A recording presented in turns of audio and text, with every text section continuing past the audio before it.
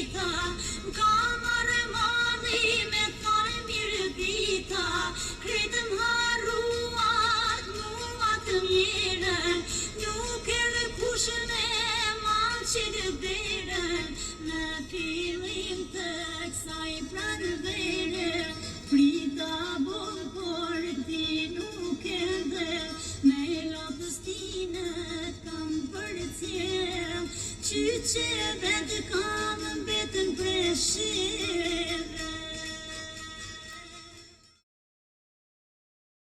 Në një cep të tokës shqiptare, aty ku gjuha, emrat dhe ndjesit nuk përputhen me hartën politike, shtrihet lugina e Preshevës, një tokë që flet shqip, por jeton në një realitet të dyfisht. Këtu kufit ndajnë më shumë se dheun, ndajnë kujtimet, zëra dhe dashurinë. Lugina është bia e vogël e Shqipënisë së madhe, e butë, e bukur, por e lënduar. Lugina është ndjenjë, është mall, është qëndres dhe mbi gjitha është dëshmi e një populli që nuk ka harruar kush është, edhe pse ndonjëherë ka ndjesinë sikur bota e ka harruar atë. E këtu nis rrugtimi ynë, jo vetëm për të dëgjuar zanin e fshatit, por për të rizgjuar kujtesën e një pjesë të kombit që ende pret përqafimin e munguar. Lugina e Preshevës është më shumë se një hapësirë gjeografike. Është një ndërthurje e jetës së përditshme, politikës dhe qendrës kulturore. Është një vend që kërkon të dëgjohet, që edhe kur hesht flet me zë të lartë.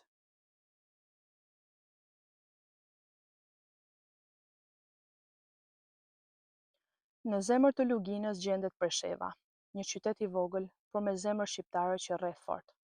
Sa herë hyn në këtë qytet, të duket sikur koha ka ndaluar, por në të njëjtën kohë gjërat janë duke lëvizur ngadalë, por me këmbgulje, si një lum që kërkon rrjedhën e vet.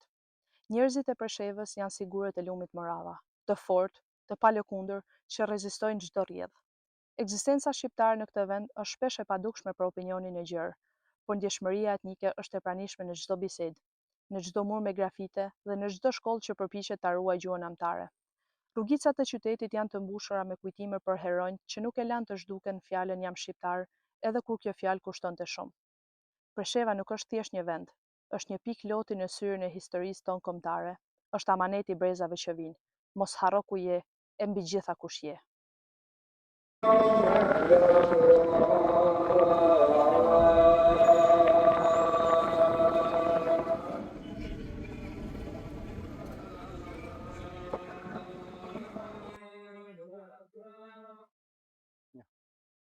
Presheva zbehet pas dritareve, e ne zhytemi më thellë, jo për të ikur, por për të dëgjuar më qartë, sepse diku mes kodrave, aty ku rrugët janë të ngushta, por shpirti i gjerë, jeton ende një fshat i heshtur, por me zë që nuk të lë të qetë, e ai zë është Corotica.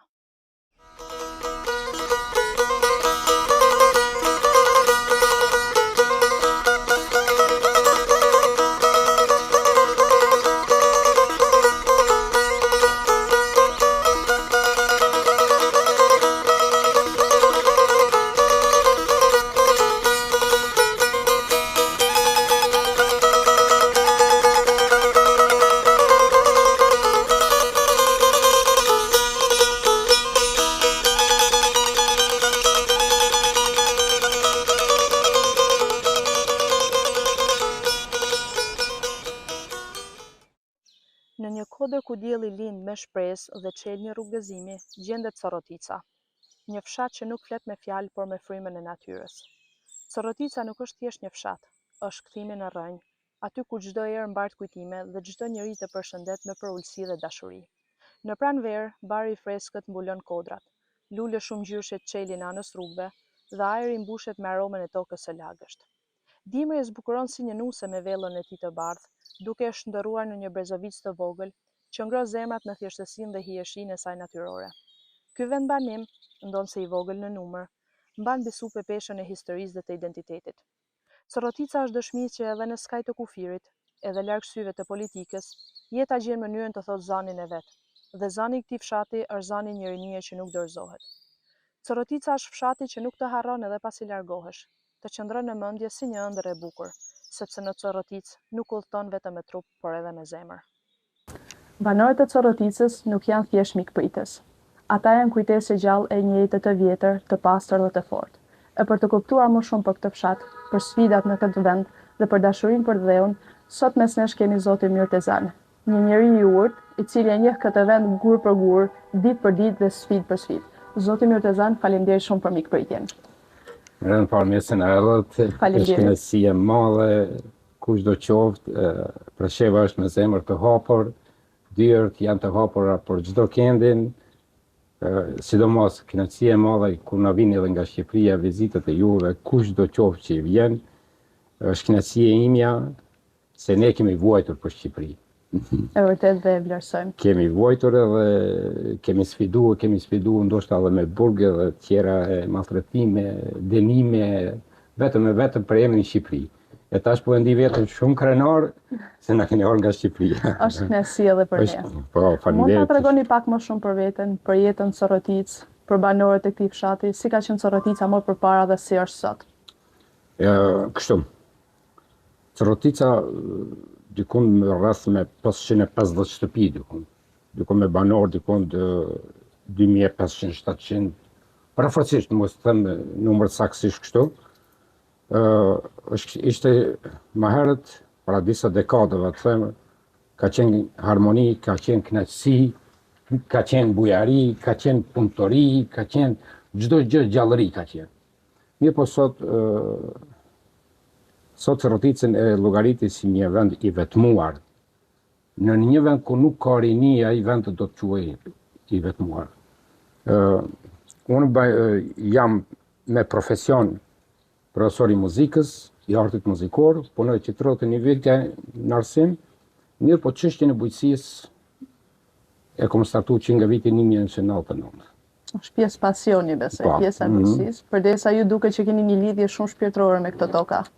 Këto për Corroticën është thash kënaqësi e madhe, mirë po për sot nuk mund t'i përshkruaj gjërat aq mirë pasi që na mungon rinia. Sa i përket anës time, pak të flas për çështjen time, që nga viti 99 kur kemi startuar në atë kohë, pothuajse çdo shtëpi ka pas kafshë. Edhe çdo shtëpi ka punuar. Mirë po, me ato mjeteve tanake se që kemi pas mundësi me jasine, edhe unë gjithmonë përpost punët e mia që i kam punuar, arsimit një edhe punët e bujqësisë të mia, edhe kam qenë shërbësi edhe kështu i popullit që kam punuar për shërbimet huaja. Në atë kohë u punonte mjaft, edhe kishte mjaft. Mirë po ishte edhe gjallëri e madhe. Ndërsa sot nuk është si më parë. Për shkak se thash që dikon Corrotica me 550 shtëpi, mund të them dikon çdo e 4-ta shtëpi e 5-ta shtëpi është me banor, tjerët janë bosh të gjitha. Besoj edhe në Corroticë është përhapur mjaftueshëm fenomeni i shpërnguljes. Si në çdo vend tjetër, pothuajse se është bërë temë shumë aktuale. Kështu. Tash sidomos viteve të fundit me liberalizimin e vizave, po. Sidomos edhe Gjermania tash perëndimi, Gjermania që ka mundsuar edhe çështjen e dokumentacionit edhe letrave.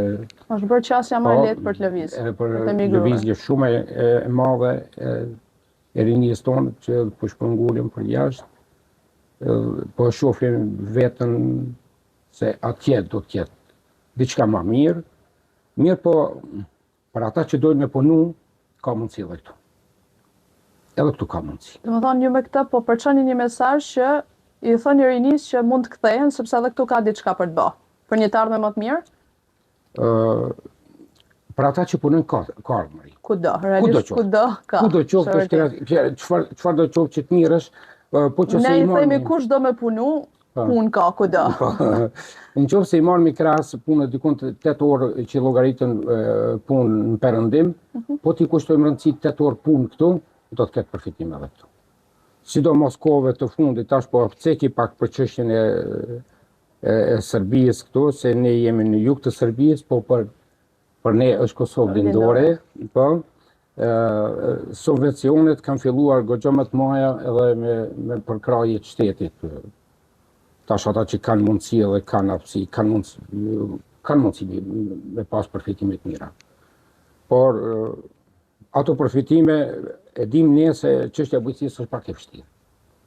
Mos them ndoshta pak, po goxha e vështirë se nuk është një punë të cilën ti kur don, por kur ajo don. ajo punë kur don, ajo to kur don mu lavru, duhet mu lavruon, jo ti kur duash. Ai bari kur don mu kosit, ti dush mu kohën e vet, çdo gjë ka çdo gjë kohën e kohën e vet e ka. Korrja e grurit kur vjen ti dush vet ajo kur thuje për me korrën, jo kur dush ti. Kështu që mesazhi im për çështjen e rinisë, mos them kthehen. Jo, mos i një asajne, secili ka mendimet e veta dhe jetën e vet përpara. Mirë po është gjallëri edhe këtu. Ka mundësi. Përmendet pak më parë pjesën e Serbisë dhe doja t'ju pyes a jeni ndjerë ndonjëherë i harruar si fshat, i braktisur nga institucionet, nga shteti, mbase nga pjesa e Kosovës e Shqipërisë, për sa i përket pjesës patriotike. Shumë pikje me vend. Shumë pikje me vend, nuk po shkoj ma larg, ma herët, shumë thash subvencionet e çështjes Serbisë, megjithëse dha të bëhen krejt me vonesa. Krejt me vonesa, jo i që parët të pagesën, jo bënëm, jo do të bëjmë pak ma vonë, jo ashtu. Mirë, po çështja edhe subvencioneve dhe për shteteve tjera Kosovë apo Shqipëri, tash po e përshkruaj një rast të vitit 2024, në fund 2024. Qeveria e Republikës Kosovës i ndajti 1 milion euro për çështjen e komunës Pleshevës, Bujanocës së Medvegjës. Mirë, po ato 1 milion euro i ndajti nëpërmjet Këshillit Nacional, Këshillit Kombëtar Shqiptar.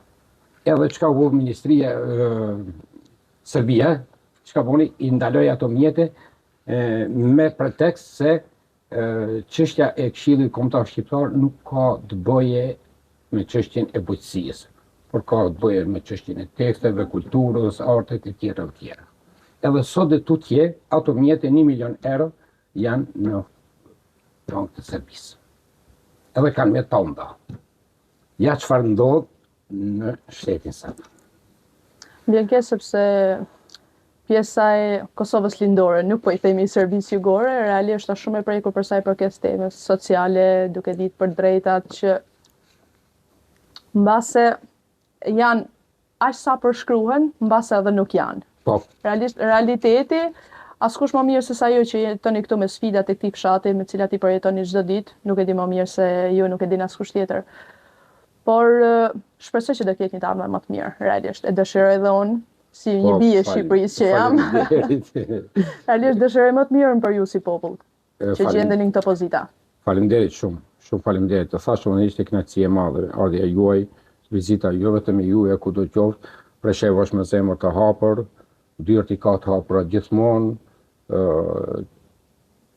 Po mundohemi disi, mirë po në një vend ku nuk ka fëmijë, nuk ka armëri. Është vërtet. E tash kur na mungon rinia, çka mbetet këtu?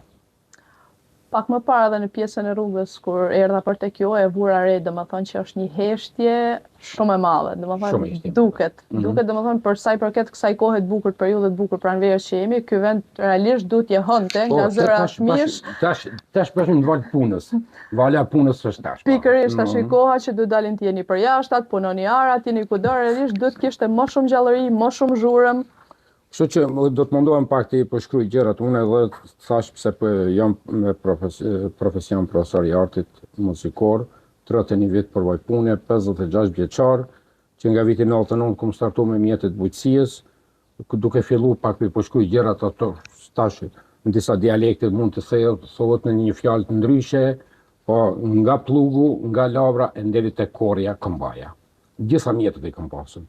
Edhe me gjitha mjetet kam punuar, duke shërbyer, duke punuar për popullin, kuptohet për përfitimet edhe të mijat, përpos mbjelljeve të mia se kom rrjedh dhe 9 hektar mi pas grur. Mashallah. Po. Mirë po, për shkak ngarkesës shërbimeve që u dash mi bë këtij populli këtu, se në atë kohë nuk ka pas mjete aq shumë. Sot fal kushteve, kam bërë disa mjete pak më tepër. E kështu që punë nuk mund të themi që ka si përpara. A është e vështirë realisht merresh me këtë punë, duke ditur kushtet në fshatin ku jetoni? A keni pas sfida për sa i përket pjesës së bujqësisë, më shumë se sa profesionit si mësues i artit? E kështu, sfida më e madhe ka qenë çështja se nuk kemi pas agronom i cilin me na udhëheq spaku, me na udhëzu, me na këshillu, me na që ajo ka qenë mungesa më e madhe. Unë sot s'mund të themi që jam agronom, mirë po nga përvoja... Eksperiencat ka bot nga tillë. përvoja po. Faleminderit shumica dhe popullatave nëse vjen puna për spërkatje se për diçka, më pyesin nxani me çka të blej, çka të marr, çka më preferon, kur ta levroj, kur ta lidhi, kur ta kositmi. Mirë po mesazhet e mia kanë qenë gjithmonë ashtu siç duhet. Sado pak ashtu që unë në fundit kam thonën kështu, ju vendosni vetë, po unë për vete e kështu bërë kështu. Unë kështu e kështu. E kështu që kam mungu çështja e agronomit, edhe çështja është e vështirë për shkak se një defekt, një diçka është e serviserëve nuk kemi pasur. E kështu gjithmonë është dashur të angazhohemi vetë, të punojmë vetë, telashet, çështja e mjeteve teknike do të thotë ndodhin telashet në to. Është ka vështirësitë e veta. Pse po them, po lidhi pak të çështja tokës se toka, puna e bujkut është se kur vjen buka për me gatu, duhesh me gatu. Kur vjen ara për me lavru, duhesh me lavru. Kur vjen koha e grurit për me mbjell, duhesh me mbjellën. Pa të reshje shiu, pas pa këtë thatë, po çdo punë ka vështirësitë e veta. Çati kemi pasur të vështirësita. Kështu, me të thonë vërtetën, më herët s'kemi pas subvencione, tash subvencionet janë, po thuhet se unë nuk kam, po thuhet se kanë subvencionet mira. Më vjen mirë për të ta cekim edhe për shikuesit. Banorin fjalë quhet Mirtezan Bajrami, ama i gjithë fshati e njeh si Xhani Bereqetit, sepse vetëm Bereqet ka dhe Bereqet pa gjithmonë inshallah. Faleminderit shumë faleminderit. Atë ju tha që jeni edhe mësues i artit. Po. Qa mund të na thoni diçka për gjuhën, për kulturën, për traditat që ruhen në fshatin Corotic? Kështu, gjuha ruhet. A është e vështirë? Për çka me... A është vështirë për banorët që ta ruajnë pjesën e gjuhës shqiptare? Nuk është e vështirë. Nuk është e vështirë. Ja, nuk është e vështirë për me ruajt. Nuk është etnikisht jemi të pastër krejt. Për shembull, dikun është me 95-97% shqiptar. Me traditat shqiptare... Bravo, Presheva! Nuk na mungojnë. Sidomos mund të them kohëve të fundit veshja kombëtare, po gjallëron edhe një dasëm shqiptare. Se përpara nuk kanë qenë fort. Jo, nuk kanë qenë. Ndërsa sot veshjet kombëtare në disa troje thuhen tupanat, në disa thuhen daullet. Po. E kështu që edhe ato i kemi tradita. Nuk na mungojnë ato.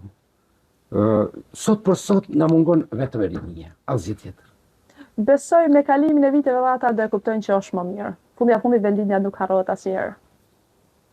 Guri i rënd peshon vend vet. Çdo kush le ta dije për vete, mirë po unë për vete nuk largova nga fshati. Po të isha edhe më e ri nuk të isha larguar. Me disa mjetet bujqësisë, ku më arrit të mbaj familjen, ku më arritën të mbaj studenta, që sot për sot goxha është e vështirë me mbajt një student Prishtinë, po them, se në studimet vetëm Prishtinë, tjetër punë jo.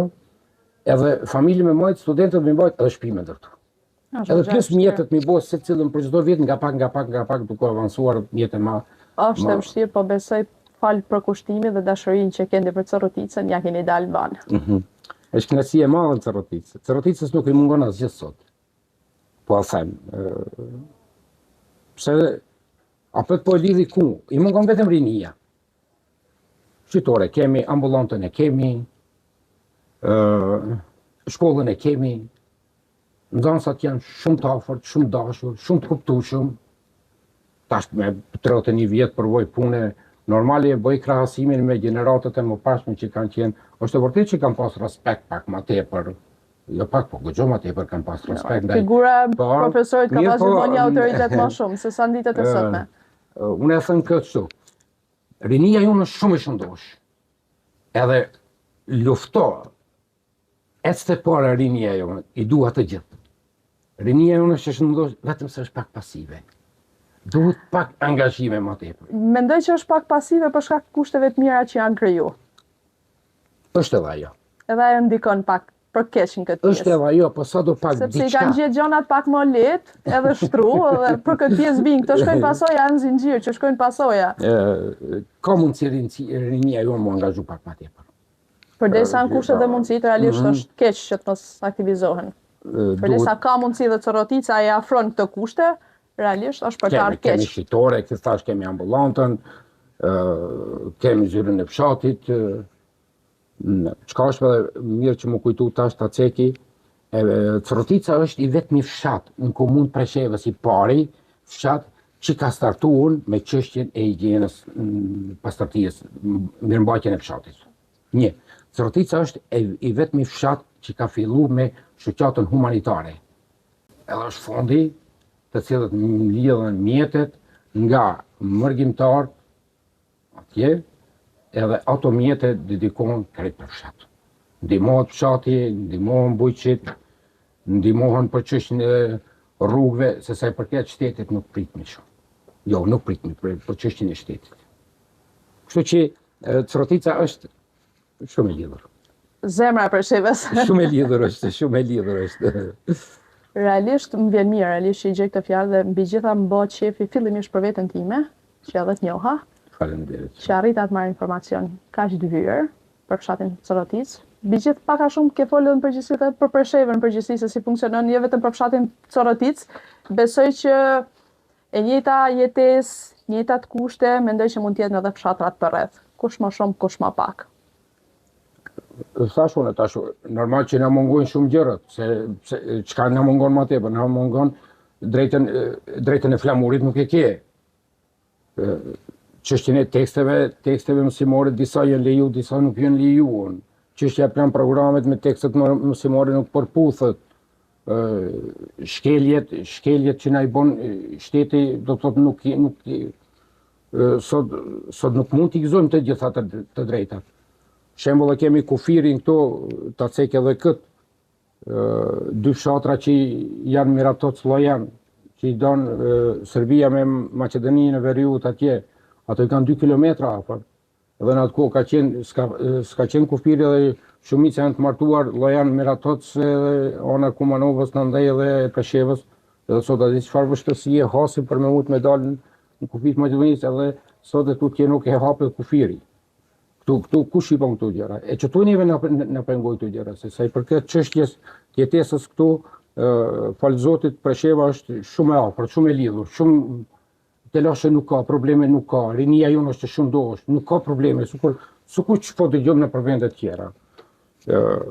Çka në mungon drejtët, që na takojnë si komb, një, na mungon rinia, në për shkollat, dëmët, nxënësa, Numri i ulët të nxënësve. Numri i ulët të nxënësve, edhe kësaj. Mirë, po për ata që dëshirojnë, ka mundësi të arrijnë këtu. Mos boshatisët Presheva. Mos boshatisët. Diçka më shumë, diçka të bukur për fshatin Corotic, një kujtim të bukur që ka ky fshat, një fest të bukur që e festoni bashkërisht si fshat. Fshati Corotic kështu. Pozita gjeografike e fshatit Corotic është shumë e mirë, se është bilesh quajtur më herët Corotica me sy ka dielli. Po. E bukur kjo. Po. Pas shpinde në perëndim i ka malet kodrat, ndërsa në lindje e ka fushën edhe livarët. Kollosat i ka. Rruga kryesore qarkullon nëpër mes fshatit. Sa pozitën e ka gjeografike me sy ka lindja. Afër e kemi autobanin këtu që lidhet me çështjen e Greqisë, Evropës atje. Kufirin Maqedoni këtu kemi afër, vija ajrore kufirin e Kosovës e kemi shumë afër, nuk mund ta ceki saksisht kilometra, më shumë afër. Ka një pozitë gjeografike tepër të favorshme. Ka shumë të mira. Më thonë edhe fshatra tjera kanë filluar tash popullata më vedisu pak çështjen e pastërtisë. Edhe ne ju flasim fëmijëve, mos hodhin mbeturina në rrugë, janë shportët. Vetëm se po mungojnë fëmija. Fëmija po mungojnë, asgjë tjetër. Një fest që e festoni totalisht si fshat bashkërisht. Kënaqësi e madhe, shumë mirë që po më përkujton gjërat. Mos them një fest vetëm e jonja. etnikisht është i pastër Presheva musliman. Festojmë festën e Fitr Bajramit, festojmë festën e Kurban Bajramit, mirë po, ja sa ka ndryshu kohra. Sot festohet 28 nëntori. Është festa jona, është festa e gjithë Shqipërisë. Ma herët s'kemi mujtë. Sot festohet 28 nëntori. Sot rinia jonë në shkollë kënaqet shpirti, vishet për qetësi. Është kënaqësi e madhe. Festohet pavarësia e Kosovës, festohet dita e alfabetit. Kështu në për shkolla, aktivitete pak me nxënësa. Qëtu ja. Ndoshta diçka ku mujt me harru. Amo këto festa janë këto më. Sidomos dasma gjallëria, ata kur vinë mërgjimtar fundi i qershorit ose fillimi i korrikit deri ka fundi 15 gusht çështu diçka. Është kënaqësi e madhe këtu gjallëron çdo sen. Jehon muzika, njerëzit, gjallëria, dasma, kthehen grupeqar. Me shku me ardh, kur na vinë ata është kënaqësi e madhe. Pastaj kur ikin, detyrimisht ju lën me boshllëk të madh. Boshaticët, kjo pozitë ose kjo kohë ma kujton kur isha unë student. Tetori deri në qershor, në Prishtinë atë kohë gjallëronte vitet 80-ta, 90-ta, gjallëronte çdo send. Mirë po, nga qershori deri në shtator, në fund shtatorit, Prishtina ishte e boshatisur, se studentët nuk ishin. Kështu është edhe cikli. Këtu janë ato festët e tona. Jo me kështu, forcime, njëri tjetrit. Mirë po na mungon biseda, po na mungon afërsia, po na mungojnë gjërat, kemi qef vin, trim, një muhabet, një kafe, një çaj, jo nuk është më si përpara. Realisht ky fenomeni është përhap kudo, realisht jo vetëm fshatin Corroticë, edhe në qytetet mëdha, realisht është përhap si fenomeni që largon njerëzit, kanë marrë drejtim tjetër jete, dikush me halle, dikush për arsye të ndryshme, por rëndësi ka të jemi shëndoshë mirë, takohemi për mirë gjithmonë, vetëm për festa dhe për gëzime. Kjo është kryesorja. Faleminderit shumë, është kënaqësi e madhe. Mos ta them disa herë, Presheva me zemër të hapur, jeni të mesardhë kushdo qoftë, kënaqësi po ndi vetën se erdhët na vizituar. Mesazhi im është për rinin kështu. Jo ku më thonë nxënësve, 5 gishta dorës janë. Lexo, studio, puno, fito, jeto. Vetëm leximi është, asgjë s'ka. Sa mesazh i bukur. Po lexove i ke të gjitha. Po nuk lexove s'ke asgjë. Kështu që rinisë tonë i duhet le të lexoje, le të punoje. I duhet këtij vendi një ardhmëri e mirë. I duhet këtij vendi një rini e fortë, një rini e mirë, e cila është e shkolluar, e cila punon për ta ringjallur, po them për ta ringjallur, se sot kemi nevojë për këtë vend, për një rini të fortë. Mirë po, thash rinin e kemi të shëndosh, shumë të shëndosh. Sot për sot shumë është e kuptueshme. Unë kam gjetur një gjuhë të bashkët me këtë nxënësat e mi. Është kënaqësi e madhe të punoj. Shumë kënaqësi e madhe. E kanë kuptuar botën time dhe mesazhet e mia sot dhe tutje janë përcjellën gjenerat pas gjenerate. Edhe më thojnë se kur nuk të harrojmë sot. E ne duhet të luftojmë për këtë rini. Se sa i përket çështjeve tjera, edhe për ato po mirë po të luftojmë për rini. Kjo është më e mira moshme, besoj me përkushtim, gjithçka do arritet. Edhe realisht shpresoj që me kalimin e vites edhe vetë rinia do ta kuptojnë. Po, është mosha e tillë që ata nuk arrin ta perceptojnë ose nuk e shohin dot ardhmen pak më lart. Por me kalimin e viteve, siç ke qenë ti i ri, siç janë brezat sot, kjo gjë shkon reciproke me etapa të ndryshme, por me shpresë se Zoti do bëhet mirë. Po, për shumicë nga njerë kur vim bisedë me kolege, kështu jo kjo nxënësi, jo kjo është. Ose çdo gjë që ta bën ai fëmia është ai ta bën pa shert. Ai ta bën pa një prapavi ose pa një qëllim, po se është vetë fëmijë. Është duke u rritur. Mirë po, sa më tepër që të punohet me fëmia është më mirë. Edhe duhet më punon. Duhet më punon. Ti kushtojmë rëndësi. Sa kemi mundësi? Nesër pas nesër ata kanë me najditur. Ceka pak më herët kështu bisedën normale, nuk është me rëndësi që kemi ardhur këtë botë. Po është me rëndësi që do ta lëm këtë botë. Çfarë do lëm mbrapa? Pa, një. Nuk është me rëndësi që kum startuar me mjetet e punës. Po çish do ta ndërprej këtë punë. Nuk është me rëndësi që kum filluar në arsim. Është me rëndësi që do doha për arsimit. Çka do të lëm mbrapa, do ta lëni mesazh të mirë apo çish arsimit. Dhe kështu që çdo kush do të mundu nga pak. Çdo kush nga pak. Zoti Mirtezan, ishte shumë kënaqësi për bisedën tonë. Faleminderit shumë që na pritët. Gëzohemi edhe që u njoftuam bashk. Një qytetar i Shqipërisë me një qytetar të Preshevës. Ishte realisht kënaqësi shumë e madhe. Faleminderit shumë edhe nga zemra nga ju për ju. Është kënaqësi e madhe që na ardhët na vizitut. Megjithëse ka mjaft çfarë të flitet, mos e leni këtë vetëm me një reportazh ose një. Tani që e mësuam rrugën do vim prapë. Kemi pas edhe ende çka të flitet, ka edhe shumë gjëra të flitet, po nuk do t'ju marrim shumë kohë dhe mos bëni shumë banal. Është kënaqësi e madhe, faleminderit, ju priftem vara, mos e harroni Preshevën. Asnjëherë. Mos e harroni. Faleminderit shumë. Faleminderit edhe për ju. Ju priftem vara.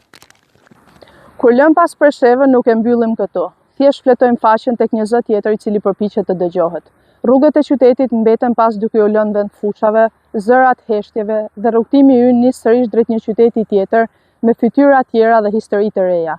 Sepse pak më tutje, në kodrat e heshtura të Bujanocit, fshatrat flasin me të njëjtën gjuhë të dhembjes dhe dashurisë për atë dheun. Vazhdojmë së bashku.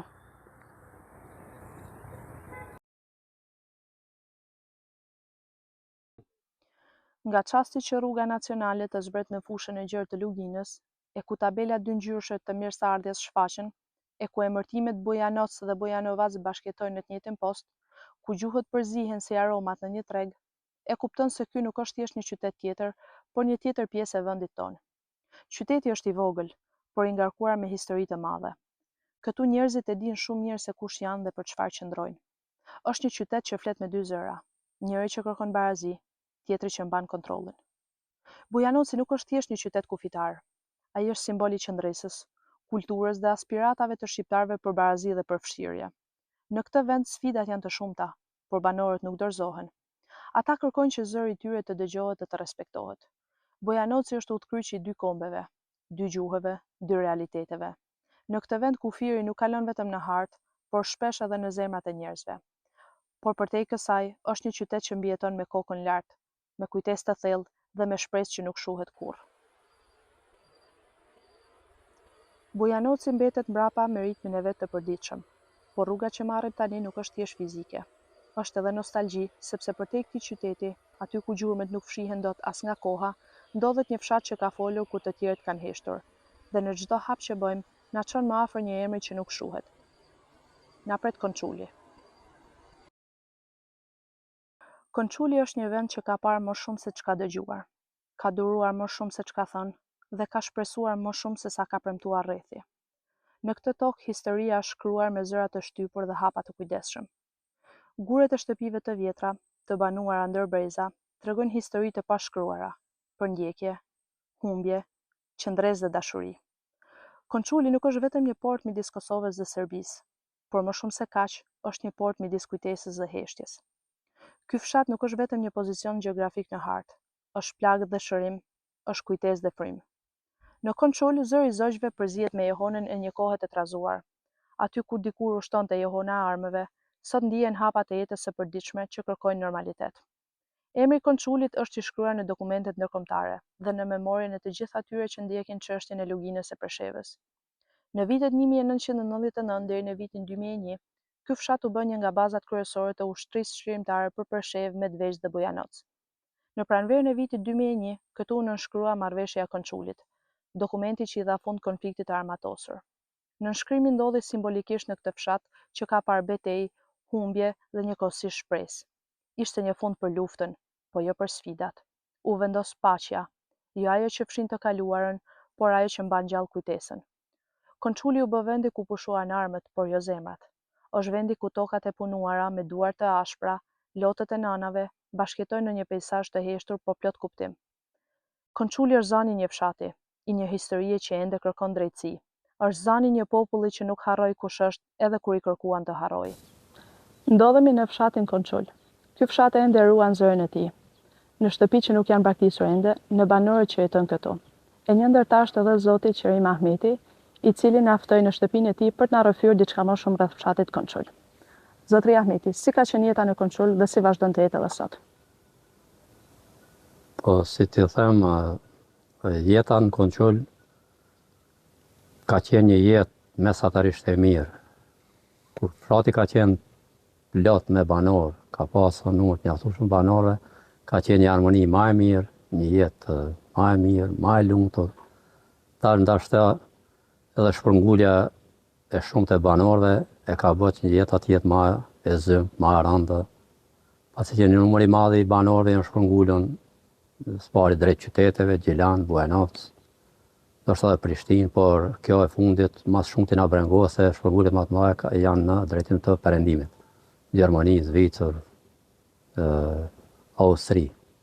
Kështu që kjo ndikon shumë në jetën e fshatit. Banorët e pak që kanë mbetur këtu në fshat, shumica janë të papunë. Një pjesë që punojnë në arsim, janë dikon 15 familje, apo mund të them 20 që merren me bujqësi. Kështu e kaloj jetën. Unë si punëtor i arsimit, mas shumë të i vret mungesa në shkollë. Pasi që numri nxënësve ka rënë dukshëm të 15 vitet e fundit them. Dhe në vitin 2006 kanë qenë paralelet plot, domethënë 30, mbi 30 nxënës ka pasur. Ndërsa tash ka rënë 8, 9, 10 nxënës në paralele, domethënë. Ju përkisni pjesës së arsimit, a ka qenë dhe e vështirë dhe është akoma vështirë të ruhet gjua shqipe në këtë fshat? Po shqyqo, ne jemi fshat etnikisht i pastër, shqiptar, po edhe këtu pjesa dërmuese, komunë Bujanovcit, duke përfshirë, radhi deri në Bujanovci kemi 3 fshatra, 4, Boçan, Turi, Ftar, Tërnavc, edhe këto janë fshatra etnikisht pastërta. Për atë edhe është ma lehtë me rujt gjuhën shqipe, por kjo shpërngulja e madhe që ka ndodhur këto vite e fundit, kem frikë se do të rrezikohet edhe popullsia shqiptare, siç është rrezikuar në Medveç, edhe atje ka filluar kështu, ndërsa tani s'kemi ndoshta as 1000 banorë. Por atë është frika e popullit më e madhe, e drejtë. Fshati Konçula është ndjerë ndonjëherë i braktisur ose i lënë pas dore nga komuna apo nga treva tjera shqiptare siç është Kosova? Po ka qenë, papunësia gjithmonë ka qenë e madhe. Njerëzit, sidomos fshatit tonë, shumë pak kanë punuar në komunë ose në punë të shtetit. E kanë gjetë vetëm kështu me bujqësi, perëndim, si të them. Tash në kohët e fundit edhe më rëndës, kemi 3-4 veti kemi në komunë punësuar krejt të fshatit. I kemi 5-6 punëtor të arsimit, tjerë të qinden ashtu qysh mujnë aty. Për sa i përket sfidave të jetesës në fshat, a keni ndihmë në qendra shëndetësore? Ku i merrni ndihmat e para mjekësore? Këtu tash bash aty ku na dhe mas shumti na ke prekun. Nuk ishte qëllimi në fakt ju prek realisht, po është një temë që duhet ne cek dhe kemi duhet ta ambulantën e diskutojmë pak. fshatit që e kemi ndërtuar në pas viteve 2000 me vetë iniciativë. Vërtet para vitit 2000 u ndret, por nuk ka përfunduar, pastaj një organizatë e jashtme ka intervenuar, që e falenderojmë ato, e ka ndërtuar, u përmbyll. Kemi pasur mjek edhe pse 2 ditë në javë, diçka ju ka ndihmuar fshatarëve. Ju ka ardhur ndihma Po, ju para, ka ardhur ndihma, kanë pru barna, po më vonë i kanë ndërprer edhe barna të dash në qendër me shkuën qytet me i marë. Tash ka që 10 muaj ose 1 vit, të them gati, na kanë mbyll krejt ambulantën. Dhe ne jemi detyruar me shku në Bujanovc, ose kemi fshatin në Sarë, që është ai mjeku i praksës përgjithshme që ka shërbyte na, shkuajnë atje njerëzit. Kështu që kemi kërkesa nga kryetari i komunës, më herët, po edhe tash, disa herë kemi qenë si delegacion, herë na ka pranu, herë s'na ka pranu e fare në bisedime, kështu që ambulanta është e mbyllur. Është e shkaku i mos pagesës rrymës elektrike nga organet komunale dhe kanatat elektrodistribucijës të Vranjës dhe e kanë mbyllur. Dhe këtu shumë është të rëndë, sidomos për moshën e tretë që janë të vjetër, ata të vjetëri që kanë mes shumica ndoshta 30% vetëm edhe ata kur ishte këtu në fshat, sado kudo kanë mujt me dalë. Po ta shkojmë buajno 12 kilometra. Për sa i përket transportit, a ka mjetë transporti? Po nuk ka, ajo është problemi që nuk ka mjetë transporti. As mjetë transporti? Nuk ka transporti, është një agjensi që punon. E keni vështirë qasjen me dalë në komunën e Bujanucit? Po ta gjejnë vetëm të moshuarit. Kur të transportin, e kemi edhe numrin e nxënësve në Bujanot që punojnë në shkollën e mesme që janë, edhe ata janë në gjendje shumë të vështirë. Sepse dhe ata dalën do më thonë, që shtem kështu autostop. Autostop. Po ose prindrit i bajnë, i qojnë, i marrin. I kemi dikon 36 nxënësa si pas statistikën fillim vitit shkollor që e kam ba une, 36 nxënësa e shkollës mesme. Ata tash nuk i bartë kur kanë metë në shirën e kohës fatit edhe prindrit i bajnë, shu gjindën ashtu që ish munden disi. Banorët në këtë fshat konkretisht me çfarë merren, se po gjëja ca kumona bagtish? Po ata që ka janë këtu, merren me bagti, mbjellin grur, po jo që shka qenë për para, tash ma pak. E kemi pjesën natën lumit, ku e kemi natën lumit, vetëm një familje e kemi që ka bagti, kurse në këtë pjesën tjetër ka jemi ne, ka të tërmas familje, ndështë ta ma tepër. E gjej vetën. Është vërtet për të ardhë kesh që një fshat si Konçuli me peshë historike tjetë në këtë lloj kushtesh? Po, shumë herë thajmë une të mbyllet një ambulant në fshatin Konçul, është ndoshta njëjtë, mos ta krahasoj si në Prekaz apo dikun, sepse ftyrat ma eminente dhe ma tu kanë qenë fshatit tonë, që kanë kontribuar me të madhe. Thajmë për çështjen kombëtare dhe për luginë. Edhe ndoshta edhe në Kosovë e më gjerë. Qa mund të thoni diçka për traditat, zakonet, festat, si festoni këtë mshatin Konçol, a shkoni bashkoni me njëri tjetrin, shkoni vini? Martesat si ndodhin? Po këto, kemi festat fetare Bajramin, festat e Bajramit, ende ruhet tradita, familjet, lagjet ku janë mahallët, ato ende dalin shtëpi për shtëpi, i vizitojnë njëri tjetrin.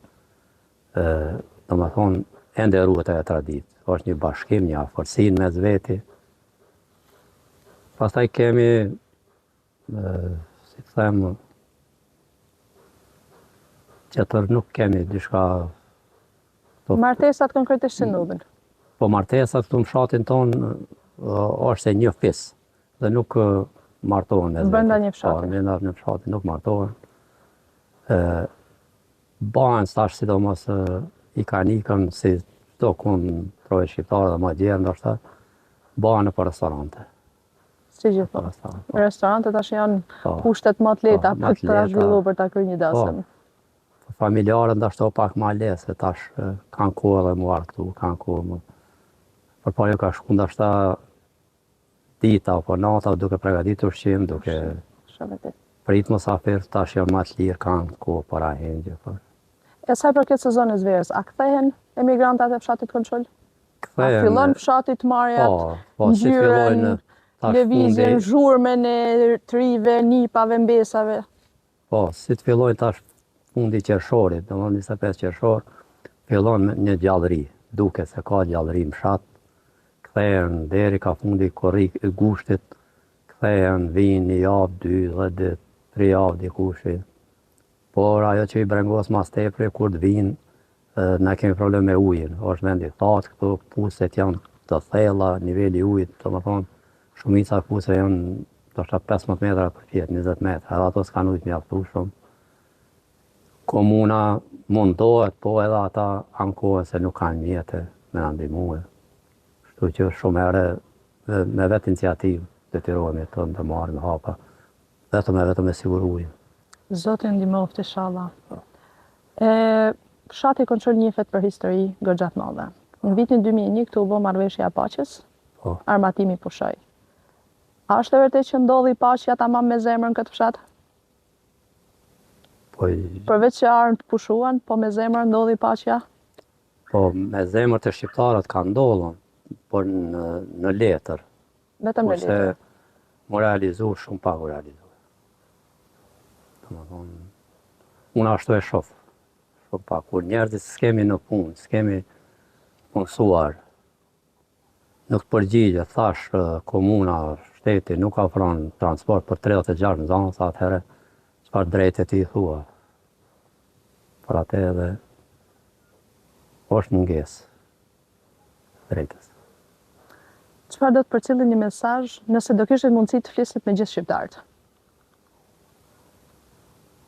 Unë shumë herë themi se ne Lugina jemi këtu istikan dashte i Kosovës, sepse Shqiptaria fillon te ne këtu e përfundon ku e di unë që në Shqipëria Vjen po çamëria atje poshtë. çamëri, po. Edhe jeta për me qenë shqiptar këtu është shumë ma rëndë, e për me qenë shqiptar o ma letë në Kosovë, ndoshta edhe shumë ma letë në Shqipëri. Po, prandaj kisha porosit gjithë shqiptarët e sidomos qeverinë që e kemi shtetit na gjithmonë i kemi thonë se syti kemi pas gjithmonë ka jo edhe Kosova edhe ne, që ta kthejnë kokën mbrapa nga ne, mos të lojnë këto troje me u shpërngull shqiptarët, po tash që e kemi edhe një shtet, janë edhe shumë ato kohë që spaku kanë mundësi me i mbroj këto troje, po si, financiarisht. Me ndihmue bujqve, me ndihmue danso, me ndihmue aty ku frymon jeta, ku ka nevojë më shumë. Zoti Qerim, Le i falenderoj qeverinë e Kosovës dhe Shqipërinë na kanë ndihmuar me libra, me të 2 vitet e fundit 3, por kemi nevojë edhe më shumë. nuk ka qenë mjaftueshëm Nuk ndihma. ka qenë. Zoti Qerim, ishte kënaqësi. Faleminderit për kohën që dha me ne dhe shpresoj që zëri jot bëhet komplet zëri i fshatit Konçol. Ishte shumë Faleminderit kënaqësi. edhe prej juve, faleminderit shumë që ne keni gjetë kohë, keni ardhur, na keni gjetë ku jetojnë shqiptarët, se mendojnë se shqiptar ka vetëm në Kosovë dhe në Shqipëri, por ka edhe në Preshevë, Buenos, Medvej e më gjerë. Ishte kënaqësi edhe për mua Faleminderit. realisht. Dielli po zbret ngadalë mbi kodrat e Konçulit me një ngjyrë të ngrohtë si kujtimi diçkaje që po largohet. E fshati zhytet në heshtje të ardhmë. Duke marrë me vete ndjesitë e kësaj toke që përmbledh dhëmbje e krenari, ndjej se Konçuli është një kujtesë që flet në heshtje, një perëndim që na fton të mos e harrojmë. Në rrugët e zbrasta të kujtesës, kalojmë përmes Medvegjes si në një muze të hapur të shpërnguljes. Ky vend dikur jehonte nga zërat shqip, e sot përpiqet të mbijetojë mes Harresës dhe Boshllekut. Ky qytet i vogël e kodrinor, me rrugë të qeta dhe shtëpi të rralluara, është kthyer në simbolin më të fortë të shpërnguljes së heshtur të shqiptarëve nga trojet e tyre stërgjyshore. Gjurmët shqiptare, ndonse të pluhrosura nga politika dhe koha, ende janë aty. Medvegja është një vend që mbart plagë të thella sociale dhe politike. Është ajo pjesë e trupit që u tentua të coptohet, por që vazhdon të rrahë në zemrat e atyre që nuk e harrojnë. Ajo përfason një realitet të rëndë për shumë shqiptarë që ndihen të përjashtuar në vendin e tyre, por gjithashtu simbolizon qëndresën, identitetin dhe lidhjen me tokën amtare. Medvegja është toka e atyre që nuk janë më aty, por që kurrë nuk e kanë lënë shpirtërisht. Shtëpitë e braktisura, rrënkimet e mureve që plaken në vetmi dhe malet që rrethojnë si krah të lodhur nga pritja, flasin për një popull që ende ekziston, edhe pse i zbehur në numra, por jo në kujtesë. Fshatrat e Medvegjes së duken si faqet e zverdhura të një libri të harruar, ku emrat shqiptar nuk janë fshirë me bojë por me heshtje. Por Medvegja nuk ka vdekur.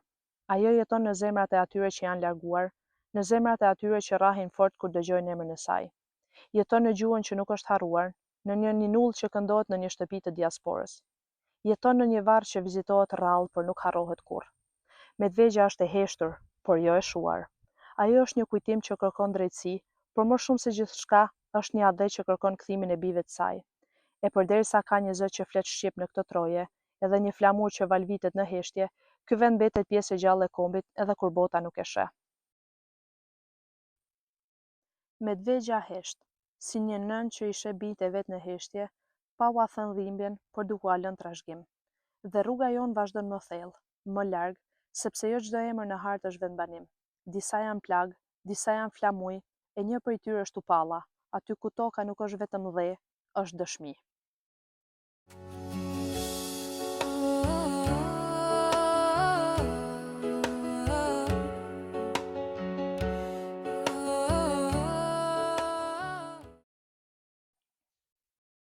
Rrugës pemët rrinë të heshtura, si për të mos e trazuar atë qetësi të rënë që sundon gjithçka.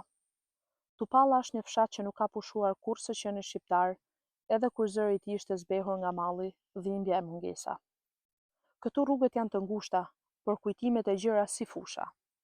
Në Tupallë çdo gur flet shqip, çdo pluhur që ngrihet nga rrugët mbart mbi vete gjurmët e brezave që urritën mes tokës së tyre dhe mallit për të mos u ndarë kurrë prej saj.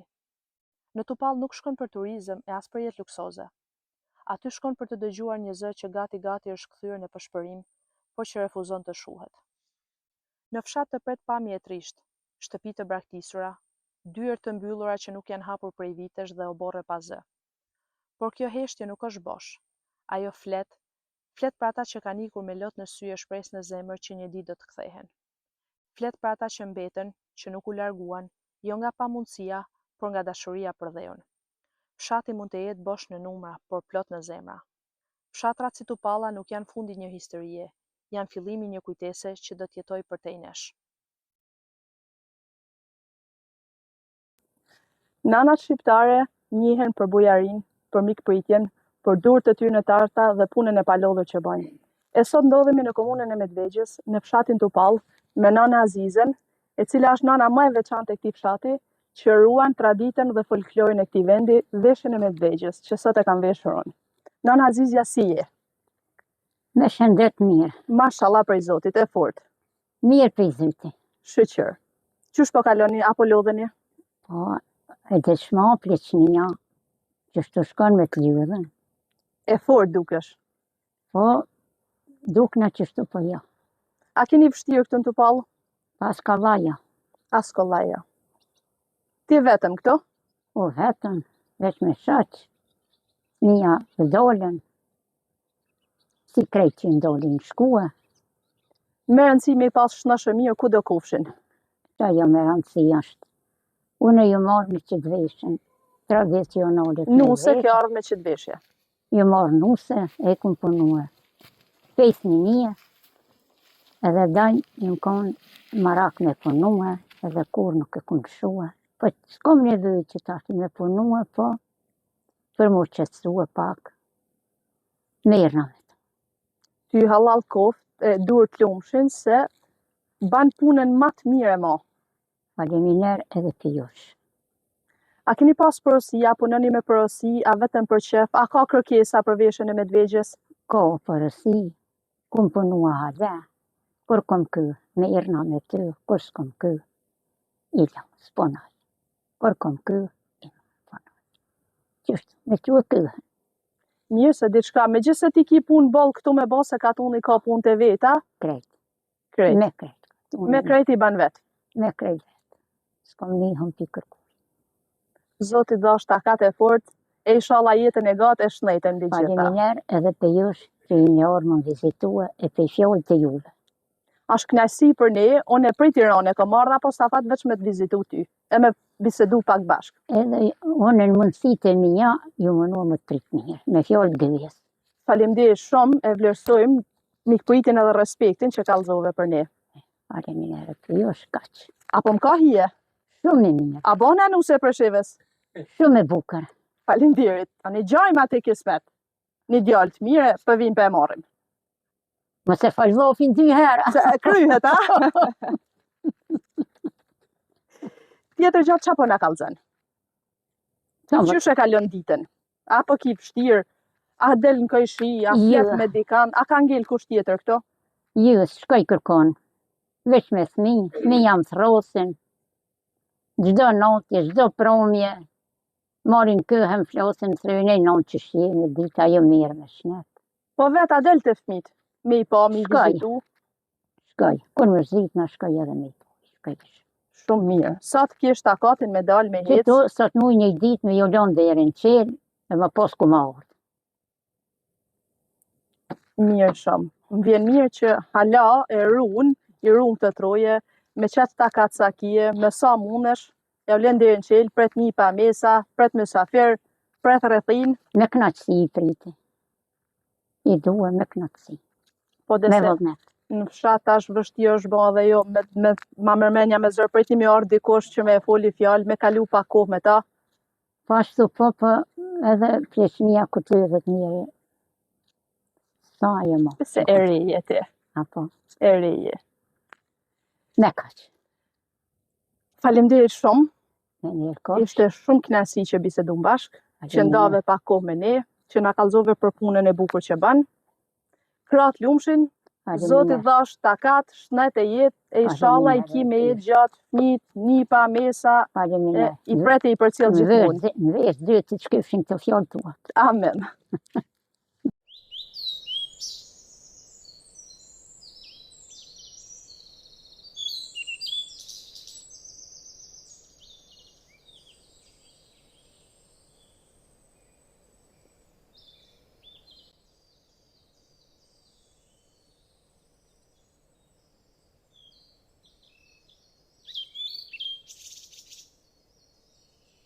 Tupalla më duket më shumë si një fletë e palosur në një faqe historie që askush nuk e lexon më.